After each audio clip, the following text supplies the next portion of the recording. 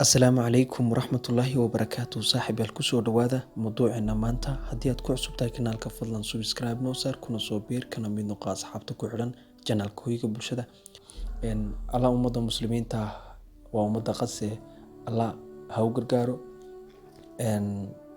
Maalmihii ugu dambeysay muuqaalo iyo warbixino aan kasoo diyaarinayay qasa waxay ahaayeen kuwo istaba jooga.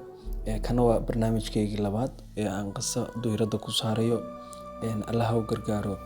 Maanta waxaa aad ii soo jiitay intaan baarayay, anoo weli ducooyin mar walba ku kaalmeynayay. Waa gabdho reer Falastiin ah oo gubaya taayiro kadib dibadbaxyo ka dhan ah Yuhuud oo ka dhacay daanta galbeed, gaar ahaan magaalada Ramallah. Dibadbaxyada ayaa looga soo horjeedaa deegaanaan la'aan ka jirta Falastiin. Sharci darro ayay dadka Yuhuuduna ka wadaan deegaanka Beyt. Allah ka qabto ummadda reer Beyt iyo ummadda muslimiinta guud ahaan qasa ku nool.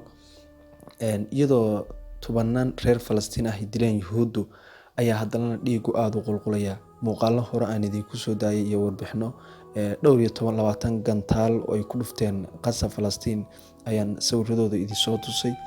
Kuwani waa gabdho geesiyiin ah, cimaamad ayay ku duubteen madaxa, waxayna istaahilaan in la hambaliyo, loona duceeyo in Ilaahay ka abaalmariyo qolada Yuhuudda ku soo duushay qasa Falastiin. Ummadda Islaamkana waxaa leeyahay guul.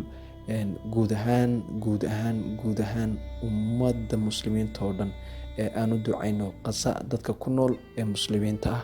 Insha Allah waxaan rajaynayaa in dibadbaxyada ay joogsamaan, Ilaahayna ummadda muslimiinta ah ee ku nool qasa insha Allah waan rajaynayaa in ay nabad noqoto Falastiin, Yuhuudduna ay meeshii ay ka timi ay iskaga laabato. Intaas ayaa maanta ka soo kordhay warbixinooyinka intaan fiirinayay qasa. Waxaa ii soo jiitay gabdhahan dhalinyarada ah ee taayirada gubaya, ulina intay u soo jeenay qaarteen ay taayiro fiican ku gubaya si ay ula dagaalamaan Yuhuudda.